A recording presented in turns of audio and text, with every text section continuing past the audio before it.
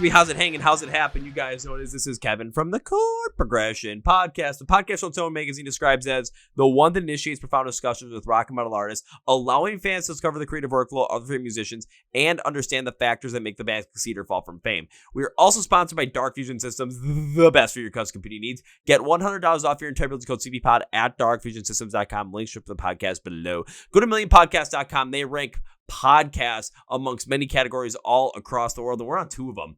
We are ranked the number 9 best podcast in the world for metal music. 9 out of how many are there? I don't know, but being ranked 9th is pretty damn cool. You want to know where we are for metalcore though? Number 2. Yeah, we're the 2nd best podcast in the world for metalcore music. You want to know where I want to be on both those lists? Number 1. Yeah, I want that big logo on that flag in the back to be plastered everywhere as the number 1 podcast in the world for metal music and metalcore music. So let's make that happen. We're going to go to our feature presentation now. We've got a brand new artist you might have never heard of on the podcast. We have Bri and Niko from S8NT ELEKTRIC bringing a neon rock music style, as I'm classifying it, to you with their debut album Off the Edge coming out on March 20th, 2026. We not only talk about the history of the band, we talk about the premise of living off the edge and how that personal mantra and how that idea not only shaped the band's identity and core value system, but also gave them that unique perspective and sound that they had been looking for that so many other great bands have. We also talk about Bri's vocal style and how her uniqueness as a female vocalist has also helped take that off the edge idea into the foray, and of course give you a little preview of the old Off the Edge album before it comes out. You guys ready? Let's go! Yeah. Well, ladies and gentlemen, boys and girls, listeners of the Chord Progression Podcast. I swear to God, Tori Kravitz over at Amsletter PR, she is on an absolute heater of like 29 straight bands that she sent me that I have wanted to bring on the podcast and we have made happen, and this is yet another one. Starting releasing music back in, I believe it was 2023 out of Los Angeles. I was trying to find a way to connect their style and like how you would express it in terms of a genre. Is it rock? Is it metal? How do you explain this a little bit further? I decided to go with neon rock music, and that is what I am sticking with. They're releasing their debut album, Off the Edges, comes out on March 20th, 2026. So if you're watching this like the day we release this episode, you're almost at album release time. If you're watching this like right after you release this episode, the album release is here. Go check it out. But please welcome Bri and Niko from S8NT ELEKTRIC to the podcast. So to the both of you, welcome to Chord Progression Podcast. Hi, thank you for having us. Thanks so much. Thank you for being on. Well, I'm just going to open up with this. Debut album comes out literally like within the next few days of us release, like not even recording this episode, but releasing it. That's a huge thing for a band to have. What's the emotions like going on for the two of you right now?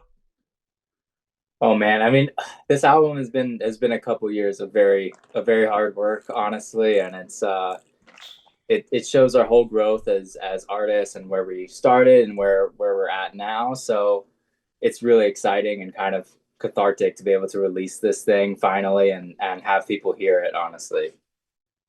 Yeah, I'm very excited because this is my first band, so I'm very blessed to say that. Like, it's been awesome this past 4.5, 5 years, and I've learned so much during this time of making the album and being in a band, and learned much about myself and been able just to release a lot of emotions. Because I'm from Texas, so I moved over here to LA about 6 years ago. So it's definitely been a very interesting journey because I didn't move here for music either. So this album means a lot to me. It's kind of like me finding myself and who I want to be. So not all these. I was gonna say not necessarily, but not only finding yourself, but just really discovering that passion, discovering that drive that so many people, one, look for their entire lives and sometimes never find, and B, actually go after it and achieve it when there's a large number of people out there that, you can talk to people that are especially older. You can talk to people that are retired, people that are living in, nursing homes. I've done this before where it's like talking to them and it's like, well, is there anything you regret in life? And a lot of them say they had these dreams or they had these ideas that they wanted to try and then they never did. And then when they get older, because they no longer can do that or have the ability to do that, it just weighs on them more and more and more. And regret's one emotion that never goes away. And it's one that only continues to become stronger as time goes on. So, Bri, with the fact that even though you came out to LA without the idea of even getting into music, but you found yourself into it and you're releasing a debut album literally the next couple of days with S8NT ELEKTRIC and the rest of the guys, I mean, come on. You're achieving something big here. I appreciate that a lot. Yeah, everything you just said, that's what we're all about, and we don't that's my biggest nightmare, it's like waking up at 70 or whatever, being like, where the hell did my life go? I spent my whole life chasing money or chasing security or chasing whatever, and I don't have these crazy memories, and I didn't do the things I wanted to do. And that's really the whole mission statement of this band. So I think we're connected right now. You get it. You get it. I can feel that connection too. And I know a main reason why I get that is because that's why I'm sitting here talking to you right now with this podcast. It was something that after I graduated college and got into, the corporate working world, I went through probably the worst year of my life. There were other things that really were factors into that. But one of the main things was now I'm working for somebody else. And the only goal is to progress in this corporate world and get more money, get more status. And it just didn't feel right. And it's is this what life is supposed to be like after, you turn 22, 23 years old? Is this what's going to be like for the rest of my life? And just trying to figure out where I fit in with that. And I realized I never really fit in with that. I'm going to have to be a part of it to get my dreams off the ground. But what do I want to actually do? Music was something I just started connecting with more and more during that time. And I thought, let's try something here. Let's see what ends up connecting. I tried multiple different ideas around this. The podcast just was something I thought is a throw-in, honestly, when I started it. But because I just kept working at it and chugging in at it and just keep going, it really stood out to the point where 7 years later, I look at the artists I've had, I'm like, how the hell did I even get this? The day we're recording this, I released an episode where I interviewed Kevin Lyman from Warped Tour.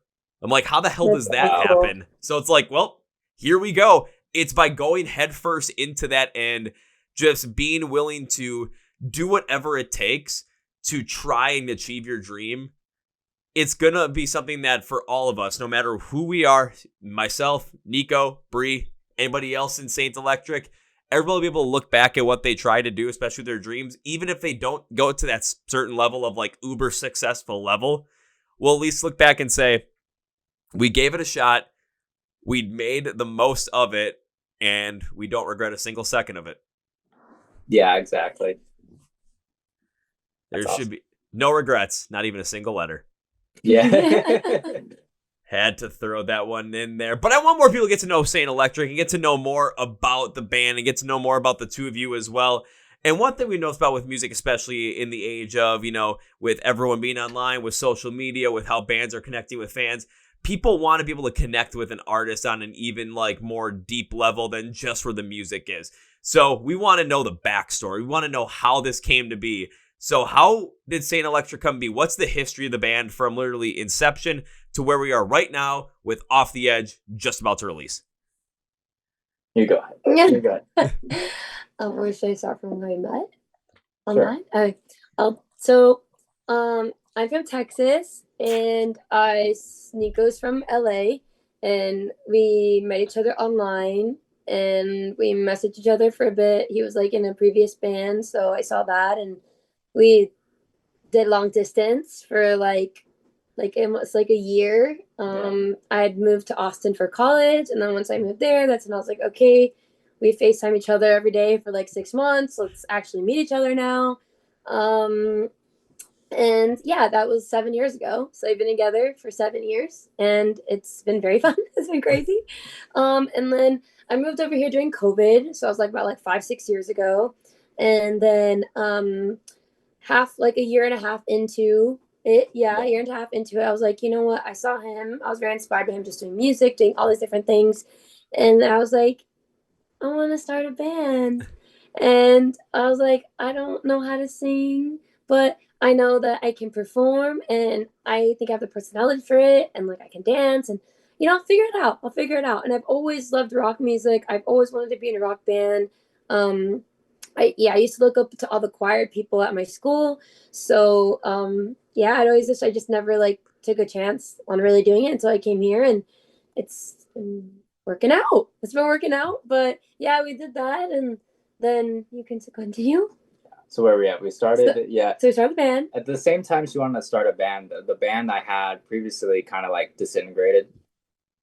And I was just like, let's put all the chips in this. Like, let's just go for it. And she had never sung before. She had no experience at all whatsoever. I had been in bands since I was a kid, and so it kind of worked. You know, we had a lineup and we were going and everything, but we didn't really know like who we were. Like, we were making music that was kind of all over the place, and it was like, it wasn't, you know, really unique, and we're still learning. And I was doing the production and engineering, and I wasn't very good at it at all, so I was kind of messing up. You know, it kind of sounded bad on Spotify and stuff.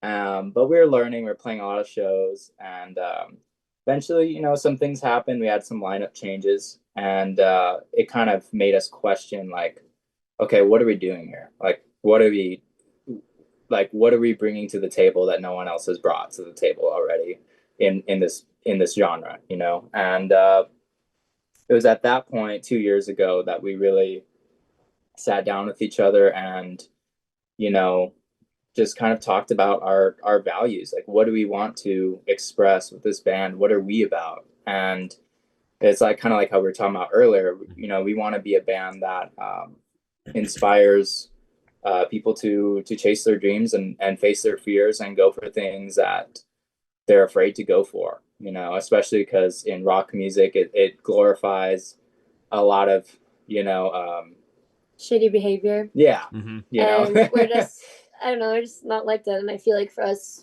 we're not aligning with, like, obviously not aligning with it, but we were like in that category just by default of association. And I think that like once we figured out like who we wanted to be, that's when everything really started taking place. Like our motto, the album name is Off the Edge, but we're saying electric and we live off the edge. Like that is our thing. And basically we came up with, you know, in life, everyone lives on the edge. Like if you close your eyes and you're like on, I don't know, like the roof of a house, then there's, or like you're on basically you're on a roof, whatever. And you close your eyes, and this is just like not real life, but you close your eyes and you think like, man, if I live off the edge and not on the edge and I fall into this pool, and this pool has like so many opportunities, there might be mistakes, there might be learning curves, but I'm actually going to jump off this edge. And like 99% of the time, even if I go for that thing, I could end up doing this thing and it could be the best thing ever. But that's like our whole thing, like living off the edge and being who you want to be. Like it doesn't have to be necessarily about music or any type of art. Like it's about like if you want to start your own like law firm, if you want to walk that 1 mile to like if you're trying to eat healthier, just anything like of that nature of just doing better for yourself, for your friends, and the people like around you. That's what like we're wanting to be about. Like that's what Off the Edge is about. And that's what we want to be as a band, and like not glorify this like live fast, die young type of thing that a lot of people I feel like already have done, and that's great because that is their thing. Just how like it, you know, that's their thing. They did that back then, and that's great because I was inspired by a lot of bands back then, and that's how I got into rock. But now it's like I want to be a grandma, you know, like I want to like look back when I'm 80 and be like, wow, I really did this. I really created a family. I had these friends. I created this band. I created this art. But by doing so, by taking care of myself and by doing something for myself, I'm able to like push others to do something that they want to do at the same time. It's like a nice mutual exchange, you know, with the band, and then people, if they like our music or if they don't like our music but like our message, whatever, anything that could inspire somebody. And that's like us, like we're saying electric, live off the edge, so we inspire others to do so too. Yeah, once we figured that out, it kind of everything just made a lot more sense. It even made it like musically, it was just like kind of having a framework of something to write in, or an emotion or a way you want to make people feel, kind of got me out of my own head a little bit with music. And I feel like we're kind of, it helped how we create music, how we create content, you know. And that's where we're at now. So just kind of cementing that dream and that goal, and showing everyone like this is our world. Kind of this relates back to a couple of the crazier interviews I've had in the past too. This also relates back to, I had one with a guy named Danny. He runs BSB TV over in the UK. And I recently, I think 2 days before this, had interviewed a pop punk band called Gold State over from the UK, which is Danny's partner from BSB TV, Ben, also fronts as well. And this is something that, you know, when they're talking with a lot of younger artists trying to help promote them, one thing they always bring up is, I think it's either USB or USP, but basically it's like, what is that thing that is unique to you that's going to make you guys stand out amongst any other band or any other artist that's out there? And when you were diving deep into rock music, like you said, Bri, being connected back to all of those artists that had the Live Fast, Die Young, Aerosmith, Living on the Edge type song deal. I mean, look back at Motley Crue. You can watch the movie they did on Netflix called The Dirt back in 2019, and it shows a bunch of the antics, but it doesn't show all of them because, let's be honest, Netflix was never going to show all the antics of Motley Crue, especially Tommy Lee. But it's something that you got inspired by but didn't connect with. You didn't connect with that Live Fast, Die Young. What you connected with was taking that leap of faith and taking that chance instead of staying on the edge and wondering if you should take that leap or not because of uncertainty, to do something better for yourself or to do something to achieve your dreams. It's like standing on the edge of a pool and standing on the edge of a pier and there's a bunch of fish in the water, and you've heard that sometimes there's some fish that want to eat you like sharks, or sometimes there's a bunch of fish in there that aren't going to harm you, but you're going to learn how to swim. But it's that fear of, do I jump or do I not jump because of the unknown, that people stay behind. It's the kind of the message of S8NT ELEKTRIC is, take that leap for yourself and try that thing. Have the inspiration, have the motivation to try it for yourself, because otherwise you're going to stay on the edge. You're going to stay on the ledge. You're never going to make that jump. And then when it's too late to make that jump, you're going to be kicking yourselves every single time that you didn't do that. And that's kind of the thing that, from a thematic perspective and a values perspective, makes S8NT ELEKTRIC unique, in which you have continued to build the sound off of from an inspirational standpoint, which again makes the sound of the band more unique in itself. Yes. Well, thank you, King. Thank you. You get it. Yeah, exactly. You know, it's actually funny how, like, we can, you know, when we're talking about this concept, because like you said, there's not a lot of like bands who know, like, what are we about? You know, it's kind of a rare quality. I mean, the bands that have it, the bands that like we all love, always had that. You know, they had a very unique perspective, and you know, art is all about perspective in general, and the bigger and bolder your statement is, the stronger it is.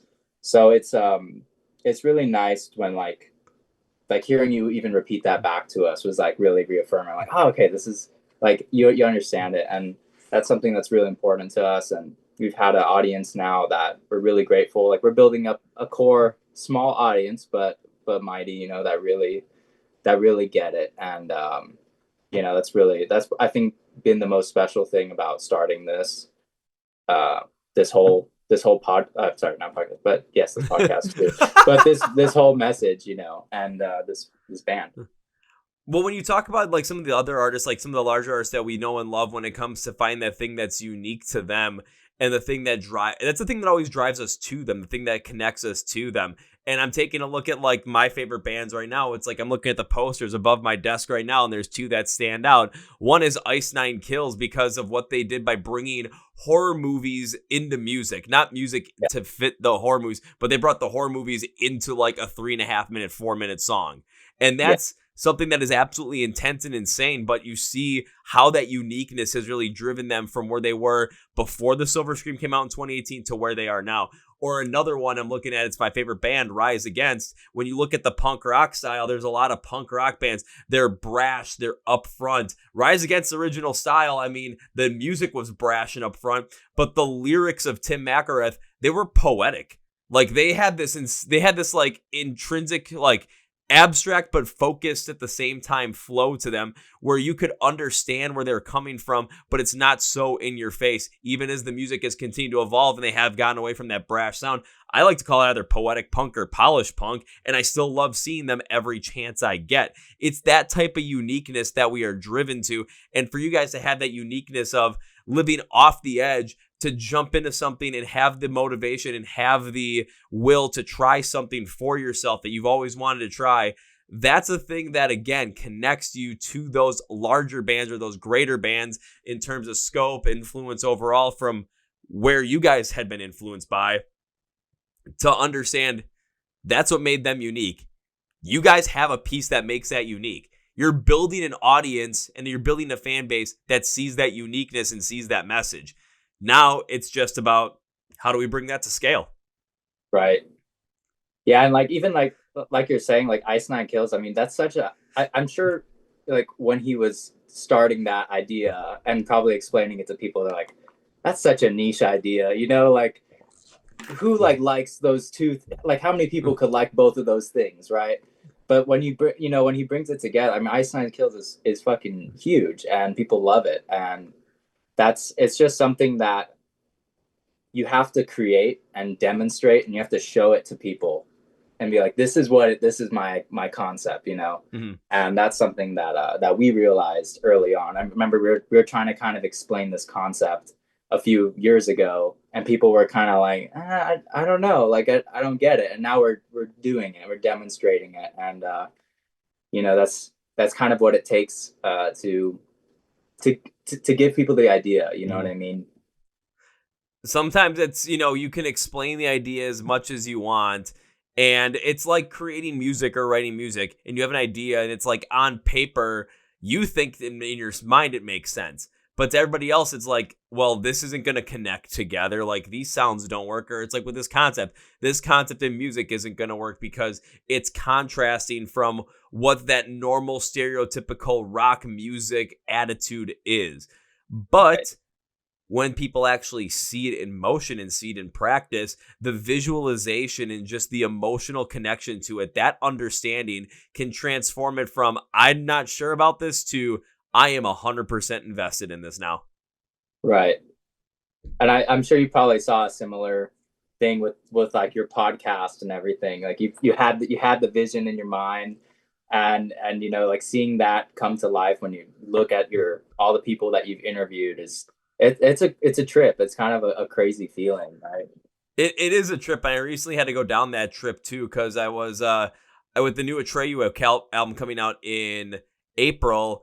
I reached out and I tried getting them on. They're like, well, Mansion wants to know who you've had on the podcast in the past that would be like a notable artist. I'm like, well, shoot. I started looking back and I'm like, let's just take a look back. I'm like, it's like, I didn't tell him about the Warped Tour, but I'm like, I told him about having Death Clock on like a week before that. I told him about having Chuck Billy from Testament on literally the day I sent that email. I talked about having like other metalcore acts. I talked about having John Cooper from Skillet on a year and a half ago. And I'm just looking, I'm like, I could never imagine thinking that these bands would want to be on this podcast like 3 years into this and then be like early parts of 2022. It's like we're in 2026 right now. I'm like, how the hell did I do this? It is a freaking trip, but it is one of the coolest trips I've been on, thinking not only how far have I gotten, but where else can I still go? Yeah. Right. Still more, for sure. There's still more like S8NT ELEKTRIC to be on the podcast, which we're doing right now. Have to have some fun with that. But of course, Off the Edge coming out on March 20th, 2026. Now, Bri, this is kind of for you because you said that when you started the band, when you had the idea to start the band with Niko as well, you had never sung really. Like you knew you could perform, but you never were that singer. But now there's a full-length album out with you singing on it. What was it like not only creating this album for you vocally, but also finding that voice within that like mindset and that value system of Off the Edge? Honestly, I know I guess I'm really in shock today. I'm going to be honest, like thinking about it, because we had another interview earlier today and someone asked us like, yeah, like your album, like, how do you feel? And then you're like, how do you feel? And I'm like, I've thought about it, but I haven't really thought about it. You know what I'm saying? And then like the like history of how I started and where I am now, like singing for like 4.5, 5 years now, and it just all happening and all that. It's like pretty crazy. Like, with you, it's like you look and you're like, whoa, like what happened? And I think I'm very proud of myself. I think by even you asking this, it's making me think like I need to give myself more grace and more props to just really like living off the edge before I even thought of what living off the edge meant. Like really. And yeah, I'm very excited. I feel like for me, it's closing like a chapter of my life, but also starting a chapter of who I've always wanted to be. And in all the songs, all the lyrics, I feel like it's, with all of us together though, it's like a story of all of us this past, 4.5, so 5 years. And I'm just very proud of it. And like the singing wise too, like I love my voice. I'm very happy with it. I know it's very different for rock, and I always get mixed reviews, but I love my voice because it's something I never thought I could do, and I'm doing it and doing a lot of cool things. So, I mean, if no one likes it, if people don't like it, that's okay. But I love it because when I was in high school, I'd hear these girls in choir perform. I was in band. I played percussion. So I played music. I never sang.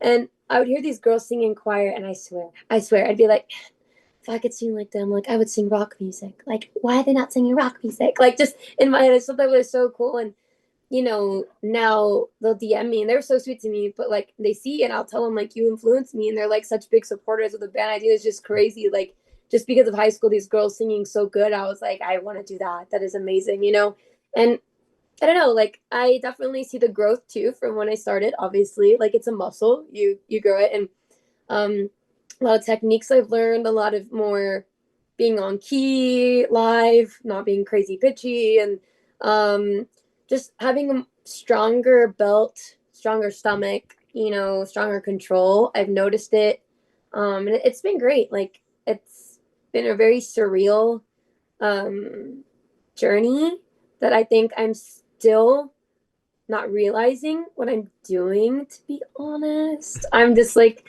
I'm all for it, right? But like, I don't know. I do a lot of things and I don't really think about it. Not in a bad way, but like, I just don't think about it. To me, I'm just like, I'm just going to do it. And then I'm in it. And then I'm like, oh, I'm in it. Like, it's like, I'm saying not just too late, but like, it's like, damn, like you're really in it. And it's great. I'm very proud of myself, and Niko's been obviously like a very big supporter of it, even when I wasn't maybe like the best. And I'm still growing as a singer. I know that. Like, I know like in 5 more years, I'm going to sound like I could probably do things I cannot do now. Just as 5 years ago, I could not do the stuff that I do now. I could not even imagine. Like some songs I had to practice to back then, I hear them now and I'm like, I couldn't do that. Like, that's like the easiest thing ever. Like, how crazy. But yeah, I'm very happy and very proud of myself and the album.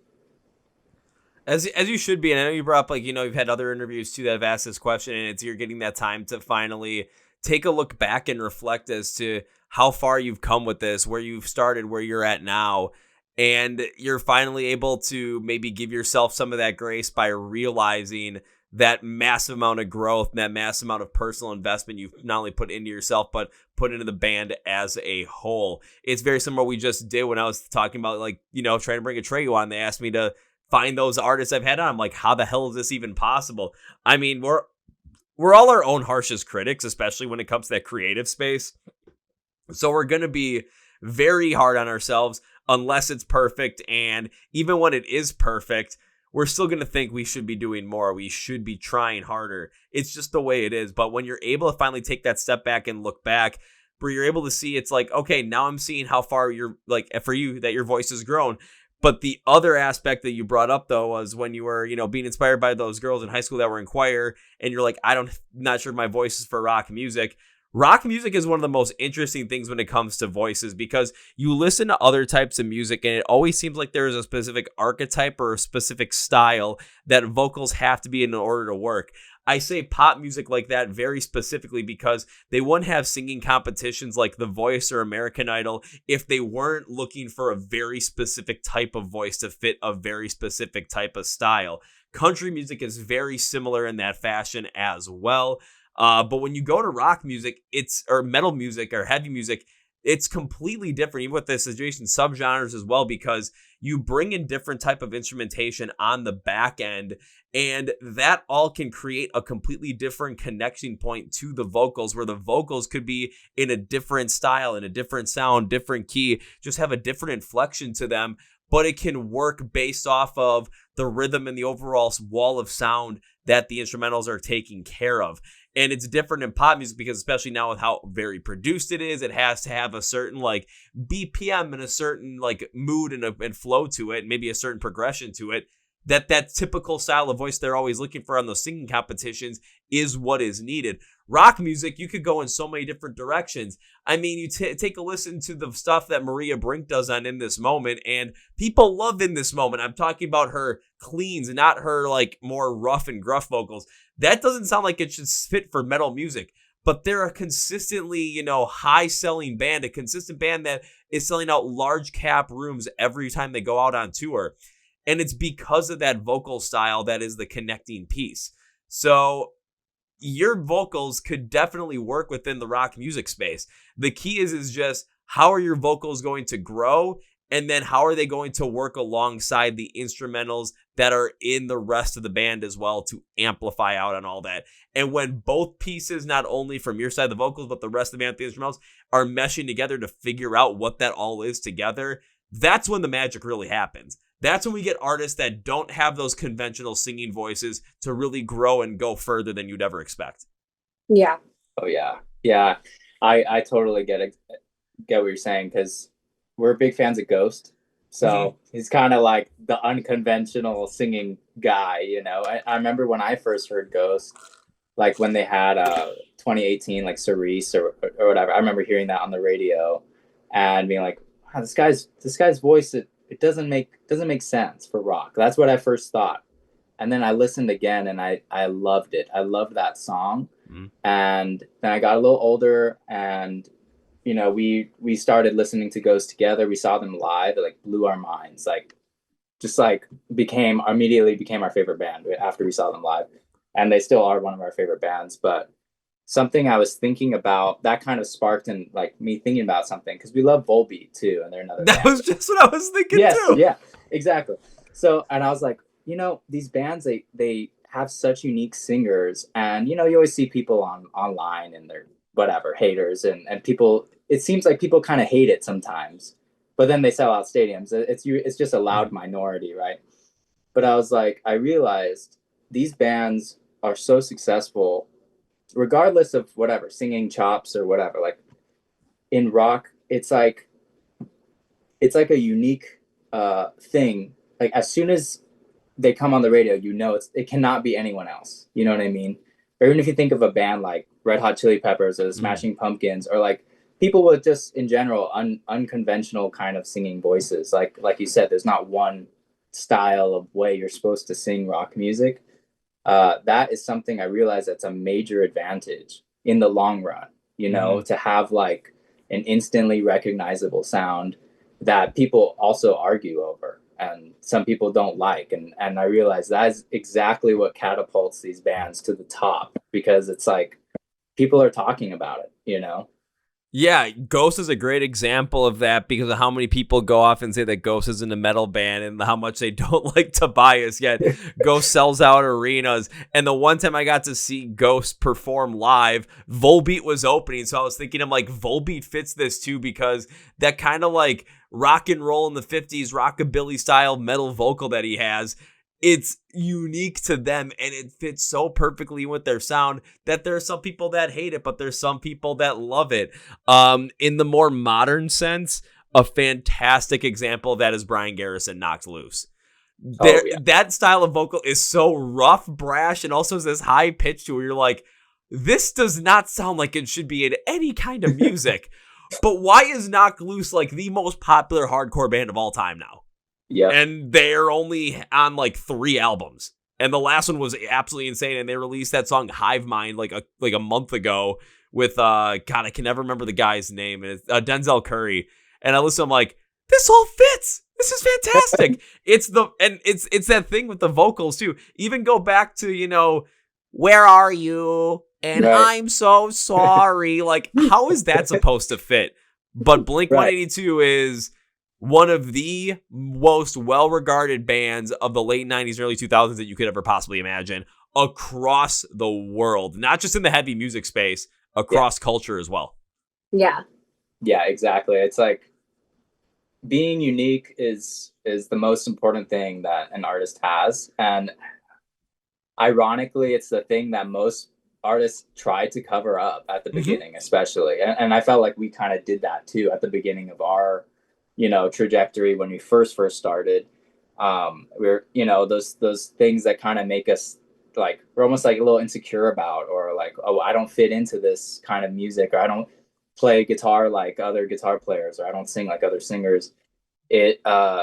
Once you lean into those things that make you kind of weird is when you kind of unlock this whole other pool of creativity, and you like let's see how far we can take this.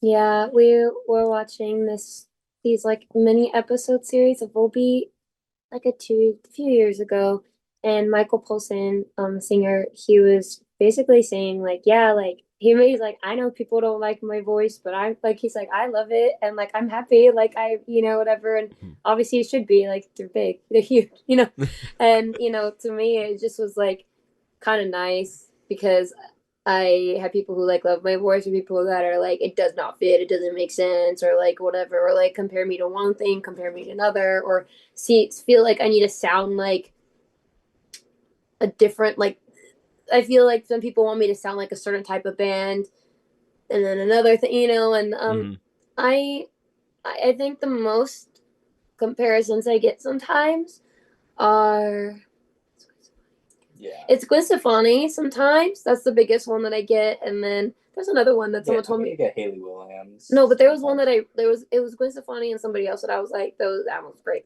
But anyways, I get that a lot, and honestly, like I love it. Like I'm super happy with it. But I feel like sometimes being a woman in like rock or like whatever this umbrella is, because there's very few that I'm kind of put into categories just because default of being a female in a thing. Like I can't like just sound like this, or if I sound like someone that's not in rock, it's just kind of weird, or like, but I'm happy. I like my voice. It's got me all the way up to here. And it's like, for me, it's just like a blessing to sing because it's never crossed my mind. I mean, I performed for my family when I was little, and there's pictures of me actually singing with a microphone when I was like 5, 6, and like I always performed and sing for my family, but it was just not something I thought was attainable, or just whatever, so yeah. Well, when it comes to females, especially female vocalists in rock music, I do understand where you're coming from too, because there are especially a lot of times where it's that band or that vocalist especially gets put in a box of essentially what you expect a female vocalist in rock or metal to sound like. But again, you take a look at the artists, especially from the female perspective, that have that more of a unique sound to them, and look at what happens compared to, the rest. And go back to, the classics. Go back to Joan Jett and the Blackhearts. Joan Jett had a rougher voice. Even Janis Joplin had a much rougher voice to her too. But why were they the ones that were connecting the most in the 60s, 70s, and 80s than other female rock musicians? Take a look at now, especially in the heavy music scene. There are artists that are connecting on such a larger level that are female fronted and female vocalists because of the uniqueness of that sound. Ginger, I mean, Tatiana can sing cleans incredibly well, and her uncleans are fucking brutal. The contrast is incredible. Courtney LaPlante from Spirit Box has insane range when it comes to her uncleans as well. Go to a different part of the world too. I mean, we brought up Ukraine, got to Canada. Let's go over to Japan.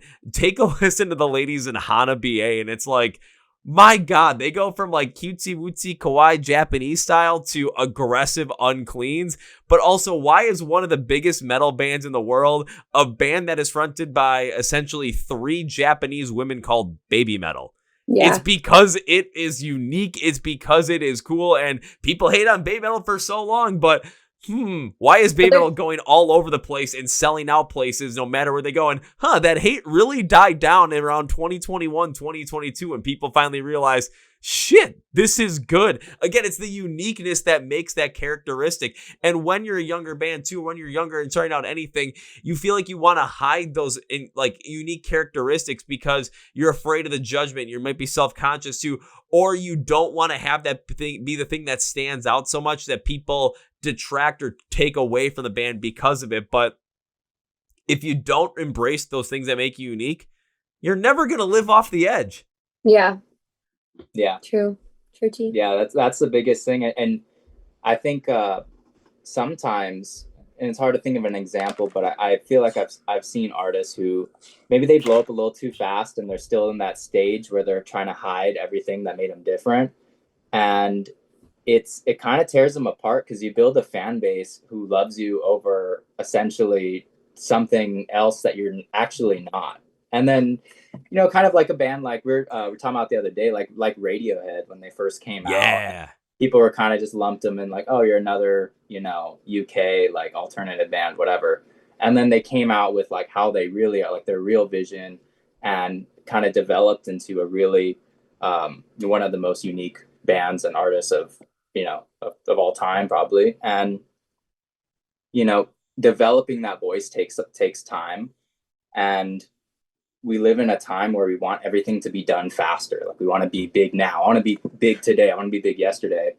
But as things are going, I'm kind of becoming grateful for the fact that we're having time to develop our sound and to be proud of what we're making and to sound unique before, getting our flowers, that way, when we do get the inevitable hate storm, we are at least like secure that we made something we really loved. So that's something that we've been talking about too.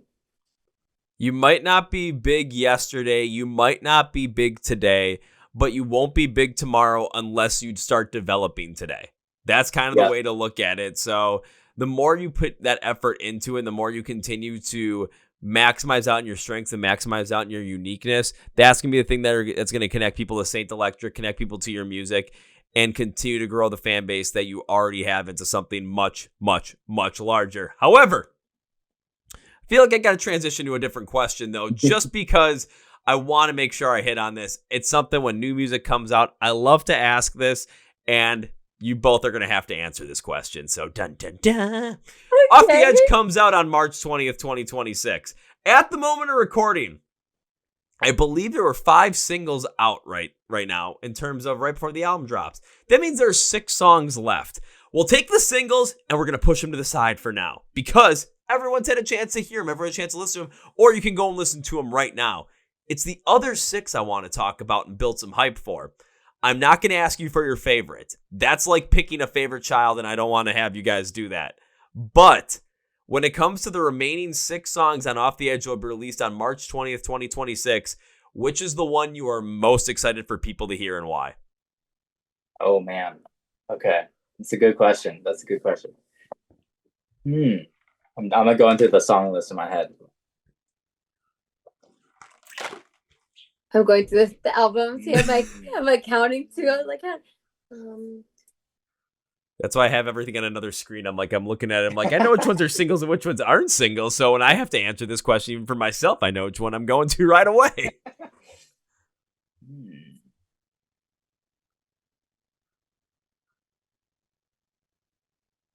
I'm naming them all in my head. I'm so sorry.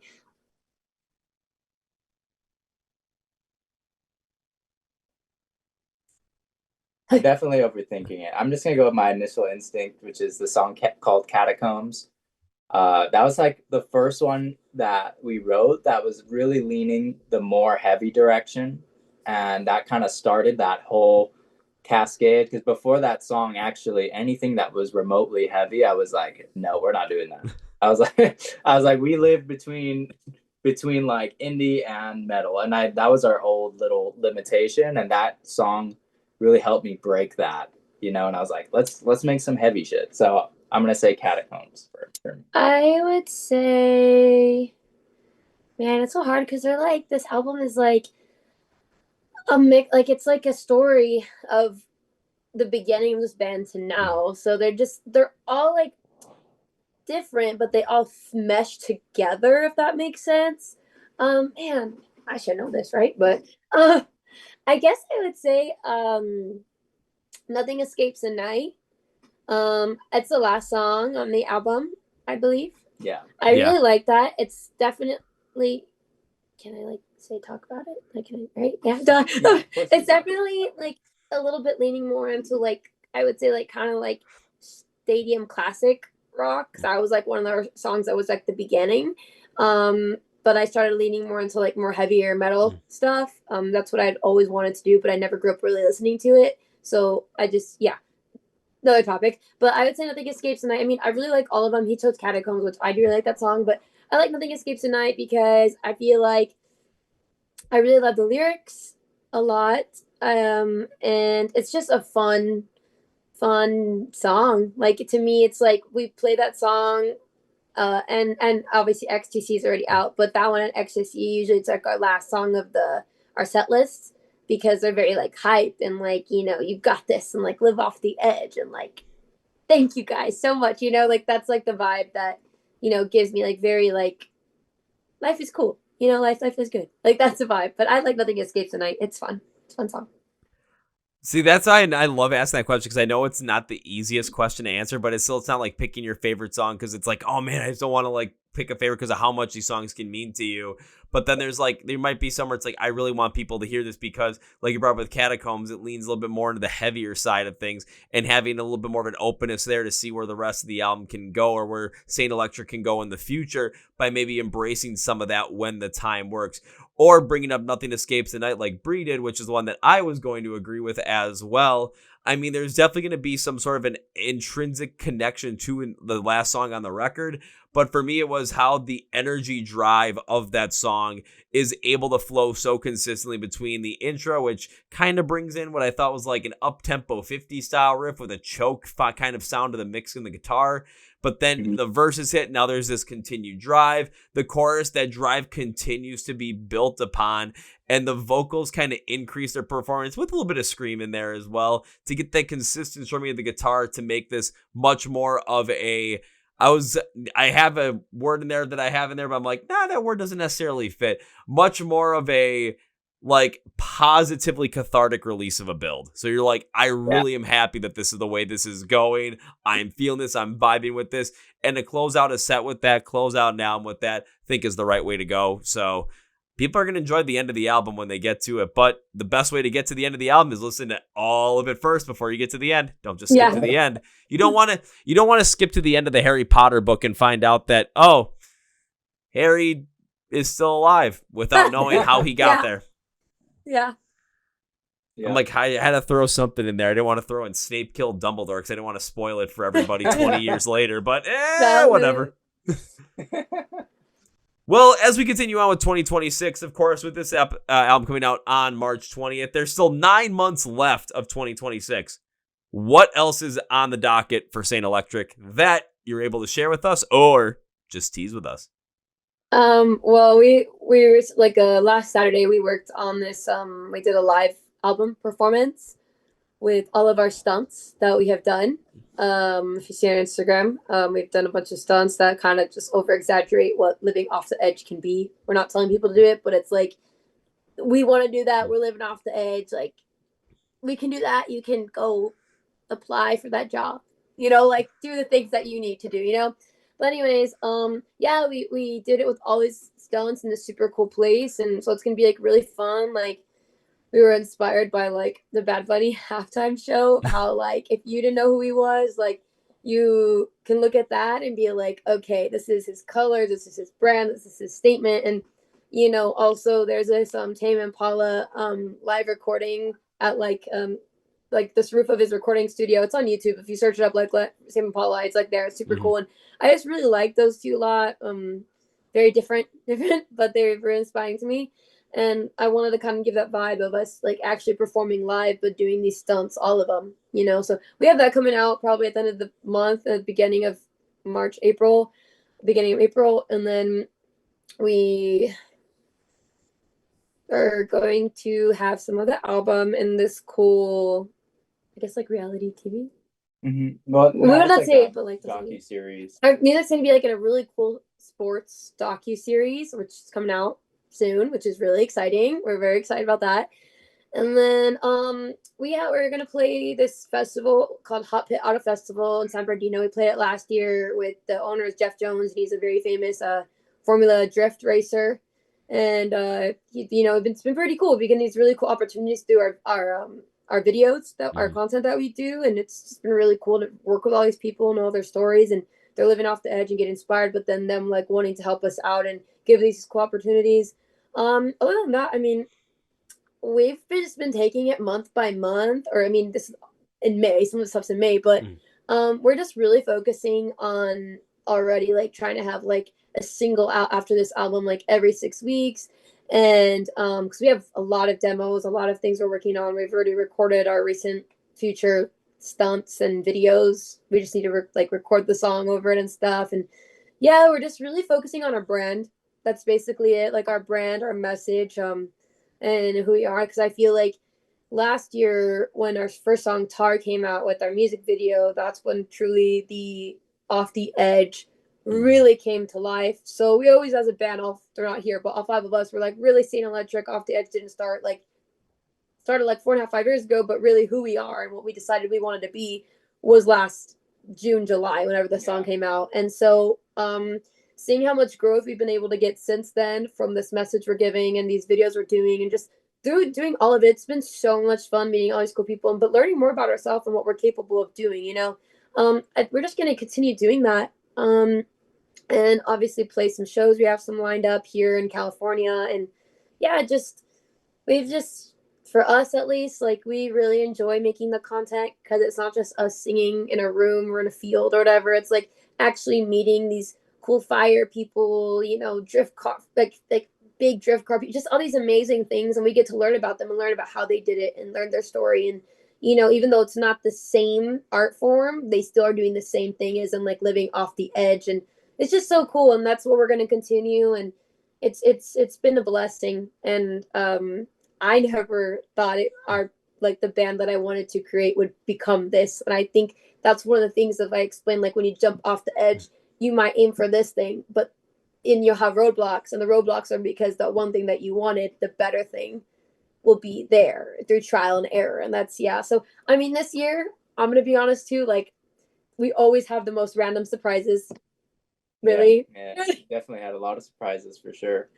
So we'll see. But yeah, we have a lot of cool stuff in store for everybody. And now that we're kind of established, like especially in the car scene and now the motocross scene, it's like, it's become really easy and really fun to pull off like really cool stuff. And talking to these people, like Bri said, kind of going on a different thing, but all these people who do all these really cool creative things or doing things with cars or motocross or whatever, they're all like musicians or like people starting podcasts. Like they're all doing it. It's not like there's a lot of money in it right away or something. It's just like you love it. And because you love it, you get to a point where you are just in there long enough and you get good enough that you can, it becomes a career. And that was really inspiring to know that about all these big drifters and motocross people that we're starting to become friends with. So yeah, long-winded answer, but yeah. A lot of fun, exciting stuff. Long-winded answer, but that's a lot of fun, exciting stuff. I'm curious to see what that docu-series is going to be that you guys are featured in, but also being connected to the world of racing and motocross. Honestly, just if you guys for some reason get to just show up and play somewhere inside the Indianapolis Motor Speedway during the Indy 500, let me know because I'm going to come over and say hi. Yes, you guys. Where are you located, by the way? Like, are you over there? I'm in Milwaukee, Wisconsin, so about an hour and a half north of Chicago. Nice. So, that's awesome. Yep. Every year since 2021, gone down to the Indianapolis 500 because racing be fun. So maybe we'll see you at the track. But I got one more question for the two before I wrap this up. Been asking this for 2.5 years, nonstop, and we're not stopping anytime soon. I asked this question for us as music lovers to get to know more new music, and for the two of you to share more of the music you love with us. I'm going to limit it to 3 between the two of you because otherwise we'll be here all day if I don't. But between the two of you, can you name me 3 bands or artists that you love that you would love to see more people get into right now? So he's 3 and he's No. Oh, just 3 between both of us, right? Yeah. 3 between the two of you. Well, we do listen to a lot of same music, so. Yeah, we do. So they have to be old or new, or just in general, like anything? Just in general, who you want to see more people get into. Typically, kind of the idea for that question is like artists that are not that well known yet that you really want people to get to know. That is a good question. God, I'm tempted to take out my Spotify playlist right now. Half the people I ask this question to do that. Okay. I want to do it. But you keep thinking, Bri. Well, I want to look too. Okay. I'll say it helps help get the juices flowing of like, what the heck am I listening to now? I'm like, Yeah. Where is that? I'm offline. Fine. Oh. Because I think there was one time I did a podcast where I was the guest and someone asked me that question. Like, we know you asked this question. And my response was, the problem is like, I've got like 30 in my head right now that I want to say, but I can't discriminate against it. So I pulled up like my like Excel list and I just randomized like, give me 3 artists. And it was like 3 that I was thinking of. And I'm like, okay, we'll go with those 3. I think for us, I think Yes. we like Echo Vandal a lot. Obviously, she's getting really big. Like she opened up for what's his name, Limp Bizkit. Echo Vandal. We really like her. Yeah. Her most biggest song is "Cruising to South Suit." Yeah. I think she's really cool. She has a really cool vibe. Again, her vocals are very different, and she has a brand. She has colors. She knows how to do her social media. Like she just knows. Like she's really inspiring. She knows what you got to do today. And I think Echo Vandal is really sick. I would say so. Yeah, we agree on that one. I would say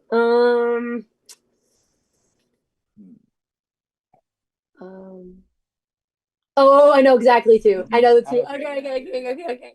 So there's this band called Ladrones, Ladrones. They're I want to say they're from Guadalajara. Yeah. Are you sure? They're from Mexico. They're amazing. They're super cool.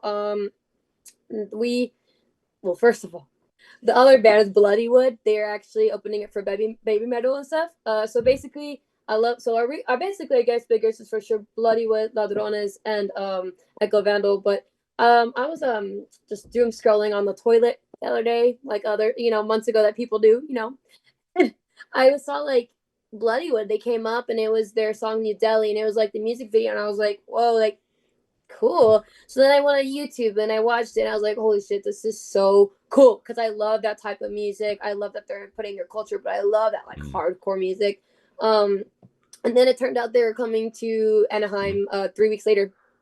So I was like, we're gonna go see them. So we went to go see them, but before them there was this band called Ladrones, and that's how we discovered them. And man, blew our minds, we were blown away. Like they were so inspiring, and both of them are just, and they're actually going on tour again, and I think they're gonna be here April 22nd. So they're going on tour together again. So we're really excited to go see them. But what I liked about them is obviously like their culture and who they are and their heritage. That's their brand, but they also have like their style. It's like it's just so cool. And to me, it's so cool seeing that they're like older as well, not as like super young. So it's like that's where they know themselves, because they've been through a trial error. They know what they're doing and stuff, and it's so cool. And when we saw Ladrones, they were one of the first one before Bloodywood, and the quality, the sound, the tracks, like everything was so good, and we got so inspired by them. We're like, we want to sound like this live. Like they're so good, and like if you don't know Spanish, just even seeing them, the stage presence, insane. And when we performed at NAMM, this music convention over here, and a lot of like people show up from around the world, and we ran into Ladrones, and it was really cool to tell them like I like their music. And then Bloodywood, so good too. Like, man, it was great. Like it was such a good concert. I'm super glad to see them. So those 3, so like they're big, but they're like they're on the come up. They're on the big come up, and we're just very inspired by those 3 specifically, because they know who they are, and it seems like trial and error. And going through, not just a crazy blow up overnight because of like TikTok or something. Actually, like they built something real for sure. Yeah, like a real thing. They have that uniqueness to them. And for me specifically, because I've heard of all 3, but I really know who Bloodywood is. Yeah, that's where the uniqueness definitely comes into show. But yeah, more people need to know about Bloodywood because I know like on their headlining run right now, it's like, especially in the US, because they're coming by me in around May. I know the venues they're playing. I'm like, man, they should be playing bigger venues than this. Yeah. But seeing them live is still an absolute blast. But to the two of you, I want to thank you both for taking time being the podcast today. We're going to close out with three things. First things first. So S8NT ELEKTRIC lives Off the Edge, everybody. And their brand new album Off the Edge comes out on March 20th. Also, they gave away a lot of teasers of what to expect remaining in 2026. So you're going to want to know what happens. Go to the script for the podcast below, where links, labels for everything, where you can find them and stay in touch with them, where they're on social media, YouTube, where you can find Off the Edge when it releases, where you can stream it, where you can buy, where you can download it, where you can listen to it, where you can see the band play live, and of course, support them with some merch as well. All links for the podcast below. So go and check it out because you're not going to want to miss out on some neon rock music, as I classified it really early on. I don't think we ever mentioned it again, but I'm mentioning it now. Now it's time for number two. Whenever I conclude podcasts with guests I enjoy the podcast, tend to make a certain promise as a way to say thank you. I appreciate you taking the time, and I wish to continue to support the band in the future. Well, I don't know when that is, but I'm going to say when because it implies it's going to happen. We should have a day or a time. When I see you perform live for the first time, though, I will find the two of you. I'll come and say hello to you, but that doesn't seem like a good enough promise to me. So we're just going to go with the classic. First round's on me. Awesome. And I like to. down. My bank account doesn't like me making that promise, but I still do it anyway. So fuck it, who cares? Fuck it, we do it live. But now step number 3, as we bring this episode to conclusion, I cannot say goodbye. That is way too final. This was a fantastic conversation. I would love to make sure that we continue these on the podcast like this. So I would love to bring you both back on again in the future. Beyond that, though, I made a promise. I have to keep that promise. So goodbye is way too final. We're going to end it by saying, I'll see you later. See you later. Thank you. Woo! Welcome to the interview with Bri and Niko from S8NT ELEKTRIC. Now it's time for Kevin's final thought. Embracing that uniqueness as a band, but the uniqueness that is authentically you is something that makes the most amount of sense in the world, especially for anybody in heavy music, whether it's rock music or metal music. We brought up the uniqueness of Bri's vocals where, yeah, they don't necessarily sound like what you would maybe think, oh, what the classic rock sound has to sound like, but take a look at the artists that we mentioned and do their vocals sound like what you would expect for class, like standard rock. Tobias from Ghost, Michael Paulson from Volbeat, the difference that Tatiana from Ginger can do, the ladies in Bay Metal, ladies in Hanabi, Courtney LaPlante from Spirit Box, who else am I missing? Brian Garris from Knocked Loose. Yet a lot of their vocal styles are a huge piece as to why people know them, why people love them, why they're successful. And younger artists that don't embrace that individuality or that uniqueness of them, whether it's the vocal style or whether it's that off the edge mentality that they subscribe by as S8NT ELEKTRIC. If younger artists try and shield that uniqueness away from the audience or from other people, you're just going to fall amongst the crowd of everybody else and you're not going to have that thing that stands out. Similar with this podcast as well, having the open forum conversation with artists and only having an idea of, maybe we'll talk about the new music, but in terms of what we talk about, I have no idea. The conversation types that flow here are unique to us. The artists we bring on are unique to us. I mean, there's other podcasts that do some of the stuff, similar stuff with artists, but I mean, some of these stories, some of these insights, the depth that we go into, you get anywhere else? Nope, but that's why we're ranked at millionpodcast.com, amongst a bunch of different categories. I want to thank Bri and Niko for coming on the podcast. Say when it comes to S8NT ELEKTRIC, go to the podcast below. Links for everything, where to connect them online to figure out everything they're doing in 2026, following the release of Off the Edge on March 20th. Follow along with them, be a part of them, go stream the album when it comes out, and of course, go see them play live and pick up some merch to help support the band. Please follow along with us on Chord Progression Podcast or on Facebook, Twitter, Instagram, links to the podcast below. Hit subscribe on the podcast for YouTube right down here. Hit the subscribe and follow button on Spotify or podcast episodes every single Tuesday and Thursday. Also, be sure to hit up the like button on these episodes to help push in the algorithm. And honestly, in the comments today, put in there what you think of your favorite bands, especially their vocalists. Are the vocals something that match the style of the music that you like in terms of like a stereotypical style? And if they don't, is that a good thing or a bad thing? Thank you, Bri. Thank you, Niko. Thank you, everybody, for listening. Thank you, Tori, once again, for helping put this together and get these bands to the podcast. Really appreciate it. And that's going to be it for me. Thank you very much for listening to the Chord Progression Podcast. My name is Kevin, and you guys know how I end every single way. That's big, healthy, and hearty. See ya! Yeah.